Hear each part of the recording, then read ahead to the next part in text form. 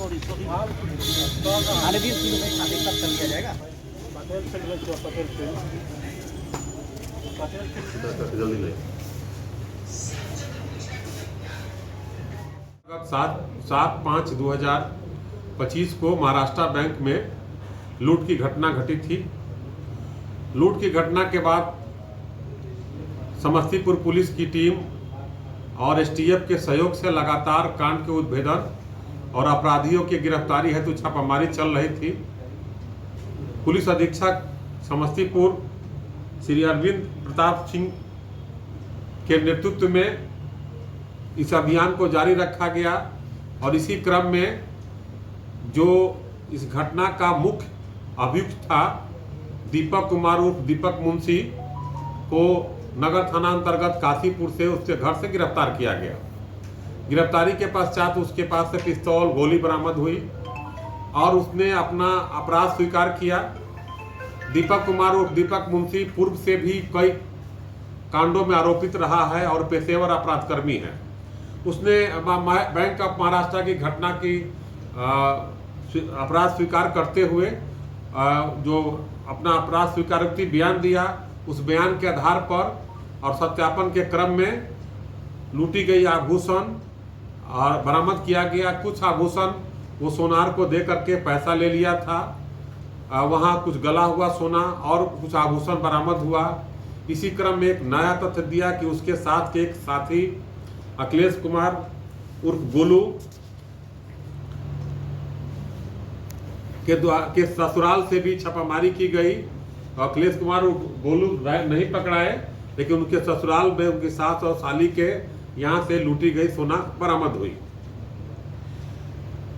दीपक कुमार उर्फ मुंशी, आपको मालूम है कि यहाँ कोर्ट में एक मुंशी का काम करता था वकील के यहाँ। एक नया तथ्य आया इसमें कि इसी क्रम में रमेश झा जो युवा क्रांतिकारी मोर्चा के राष्ट्रीय अध्यक्ष हैं और एक पॉलिटिकल पार्टी एक संस्था बनाए हुए थे, उसी के अध्यक्ष थे।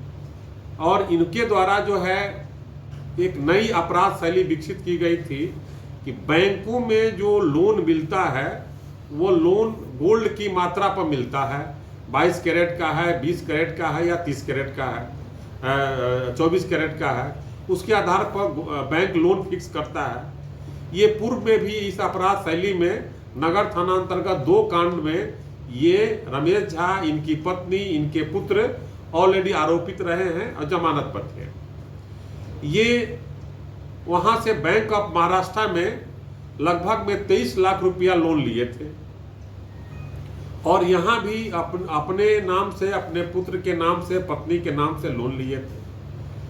इसी क्रम में इनके दिमाग में चूंकि बैंक के द्वारा दबाव दिया जा रहा था, तो ये इनको भी जब गिरफ्तार किया गया तो इन्होंने बताया कि लोन पर दबाव दिया जा रहा था। ये कम मात्रा का 2 ग्राम 3 ग्राम का जो सोना लगा करके और जो चेकर होते हैं जो बैंक में, उनको मैनेज कर करके और गोल्ड का 22 कैरेट 23 कैरेट बना करके 2 ग्राम का सोना को 22-23 कैरेट बना करके इस आधार पर ये लोन लिए हुए थे। और इन्हीं के द्वारा जो जिस वकील के यहाँ मुंशी है दीपक मुंशी, उसी के यहाँ जो नगर थाना में दोनों काम था, वो वकील के पास जो है जाता आता था।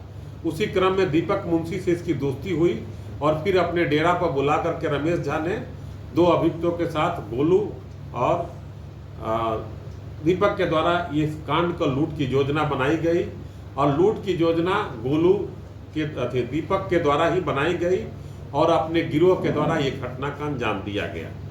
घटना के पश्चात दीपक और दीपक मुंशी जो भागा फिर रहा था, ये रमेश झा के साथ रजरप्पा, दिल्ली और जालंधर भी गया।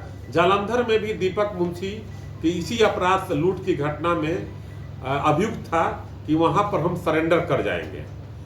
और उस केस में पहले भी एक बबलू जो गए हैं, जो शायद 300 ग्राम का सोना जो बरामद हुआ था इसी लूट के घटना में, वो भी उसी के साथ वहाँ कोई एक्यूज था, लेकिन वहाँ जमानत में जमानत नहीं होने के कारण ये वापस आया। तब पुलिस इन पर निगाह लगाई हुई थी, लगातार इसकी मॉनिटरिंग कर रही थी इसकी गिरफ्तारी हुई। इस प्रकार एसटीएफ बिहार पटना और समस्तीपुर पुलिस की जो एसआईटी टीम है, पुलिस अधीक्षक समस्तीपुर के नेतृत्व में एक बेहतरीन और अच्छा काम किया है। अभी भी इस कांड में अभियुक्त फरार चल रहे हैं।